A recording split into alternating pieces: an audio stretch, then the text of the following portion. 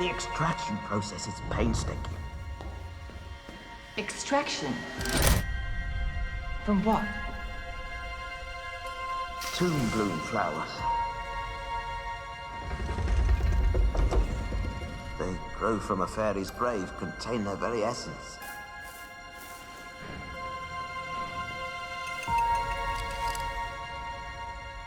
He is working feverishly to gain his freedom back. Well. Does it work? Which, of course, he's never going to get. Poor darling. I played Lickspittle. He's a really interesting little character.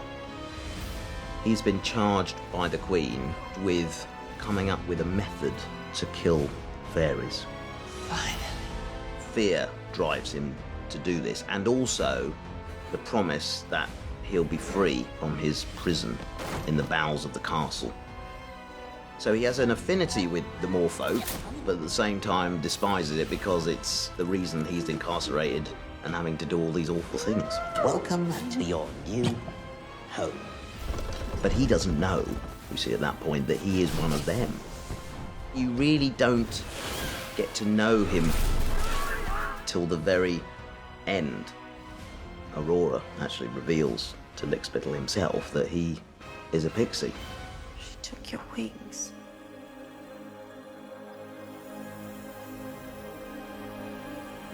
I believe this belongs to you.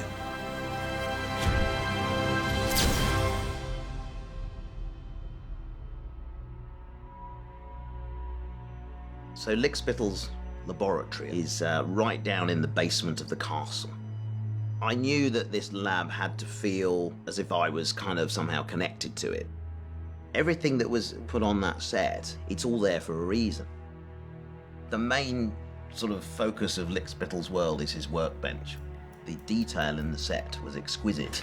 Lickspittle had to adapt the laboratory to suit him, and so therefore this contraption was created that goes up to the height that he requires and then also slides back and forth. I thought it was going to be a bit of movie magic, but it's just a guy called Terry who is off the set somewhere winding a big handle.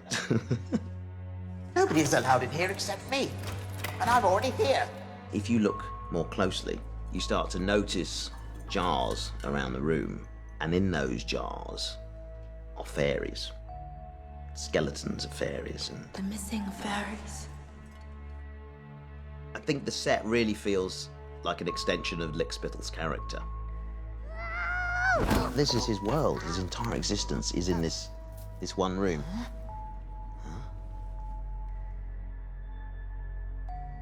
When you're working on a character like Lickspittle, you have to work with a much wider team. It's not just you as the performer. Having my silicone prosthetic makeup applied took about 3.5 hours. And someone from costume comes in and we put the costume on. That takes about 30 minutes to put everything on there. You know, it's a huge amount of people, but I'm the one with the responsibility of walking onto set and delivering the performance, and it's kind of doing all their hard work justice, really. So yeah, Team Lickspittle. Tomb bloom.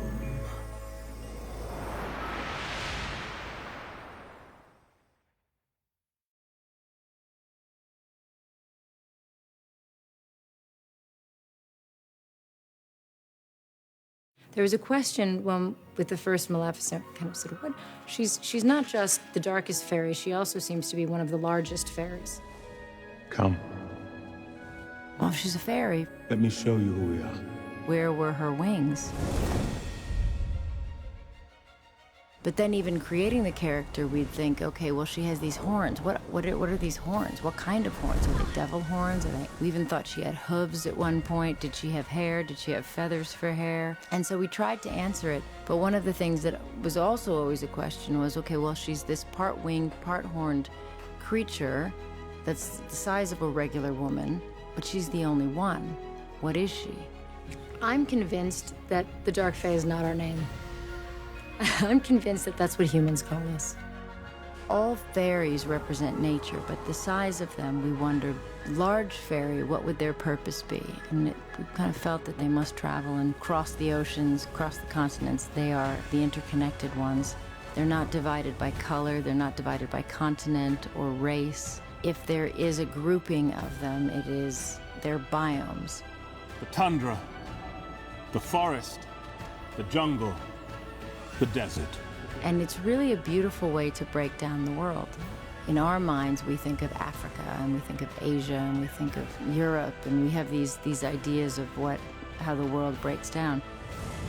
And all of the Dark Fae have returned to their place of origin because as the humans have gained power and weapons, they have forced them out of their homes. We're all that remain, unseen here, far away from mankind. It's a unique way to look at the world. It was amazing the first day to step in and see so many people from so many different backgrounds, young and old, all together, all representing slightly different biomes, different backgrounds. It was really very beautiful. It was very moving. All the young people that see this film say very quickly this is about the environment.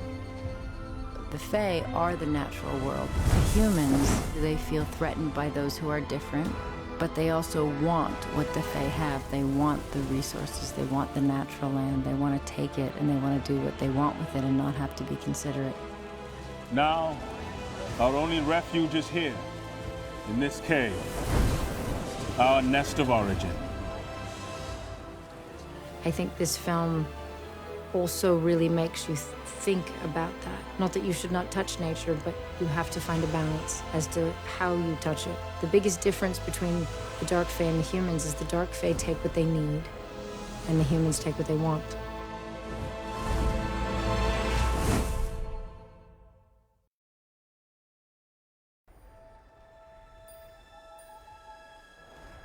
To all the kingdoms far and wide, King and Queen invite you to attend the wedding of their son Philip to Aurora in 3 days' time. All are welcome. It was just a very special moment and memory for me, and also it felt like a true wedding. Everybody was there, the townspeople and the moorfolk and the Dark Fae. There was a lot of people invited to my wedding. There's a lot of people there. The wedding dress was so gorgeous. Flowers were on the train and also on my sleeves, and those were like laser cut feathers. Tons of fabric. I mean, it was really long. I couldn't walk. I couldn't go anywhere without anybody holding it up for me. A dream come true. You're like, I am wearing this. This is the Sleeping Beauty dress. I never wanted to take it off. It all of the hair and the makeup, and also I had pink in my hair as well that we put in. A little nod. So she's a little punk, I guess. Looks better in green. Pink, you mean? I remember walking down the aisle that first time with Angelina, so it was very magical. Then we had music playing, and Harris was standing there. We finally get what we've always wanted, which is to be married and united, to unite the kingdoms. I pronounce you husband and wife. You may kiss the bride.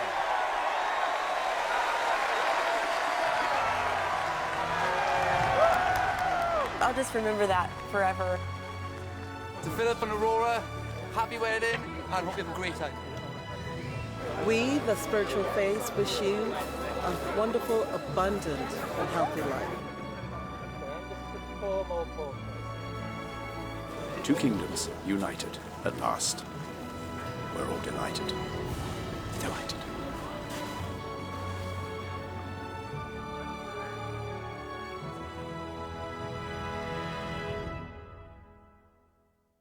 Really? Do you have a message? I can't speak. God.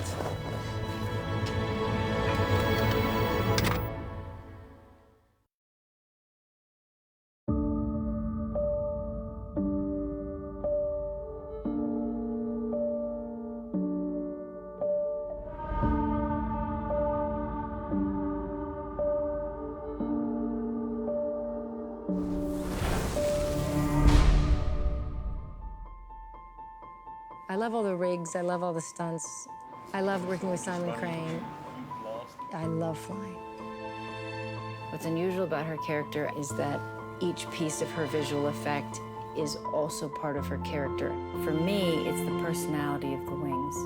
Her eyes flicker, her wings bend a certain way in response to different emotions and attitudes. She will use the width of her wings and use the way they rise above her to make her presence known. Sometimes they would show me a little previs of we think this is what your wings might be doing. And then I'd say, oh, I think she's a little more shy there. I think she might cover herself more. And then when you're flying, there's different types of flyings. So you study form first, see what you want to get out of a sequence, and then design the various ways that you're going to make them fly. When we were researching methods of flying for the way that a human would fly versus the way that a bird would fly, we had to think about the types of performances we were going to be trying to put forward in the movie. It broke down also into an even deeper level on the story because we have different biomes of Fae, say like the forest Fae. They would tend to be tree-dwelling, and that they would be short in their flight, and they would attack towards the ground. The desert Fae, we were trying to look at as long-range bird of prey, and they would glide across the heat of the desert. The jungle Fae, which we were referencing, birds that would be within the jungle that have to be able to dive down and fly between vines, trees, roots. And then the fourth one were the Arctic Fae. They're living in a place which is cold by nature. Their wings were shorter, they were more compact. Their methodology of flying would be in short bursts and short glides across the tundra. Trying to research and build that mythology was really, really helpful. The only way to make a person fly is there have to be multiple ways to fly. We did it with a combination of different things, tuning forks, and then real practical, flying with cables. The tuning fork, basically 2 prongs. They fit either side of your body, and you can twist someone backwards or forwards or side to side. Really, you can get a 360-degree movement. But you're clamped into it like you become a piece of the machine itself, and you're working with what I think of as puppet masters, because they're doing the up and the down and the spin, but your body is dictating whether you're turning left or right, and then they have to go with you, and sometimes you all go on a cue, and sometimes it goes terribly wrong. When we shot the battle scenes, there were a lot of singles and a lot of individual flying scenes, but there were also a number of occasions where they had upwards of 4 people flying at once. When you've got the combination of actors, all had different characteristics, and you had to remember that even though we were flying them all in the same equipment. It's for us to take the material after it's done and to try to choreograph the animation of the wings to work with the body performance that we have. That was a really important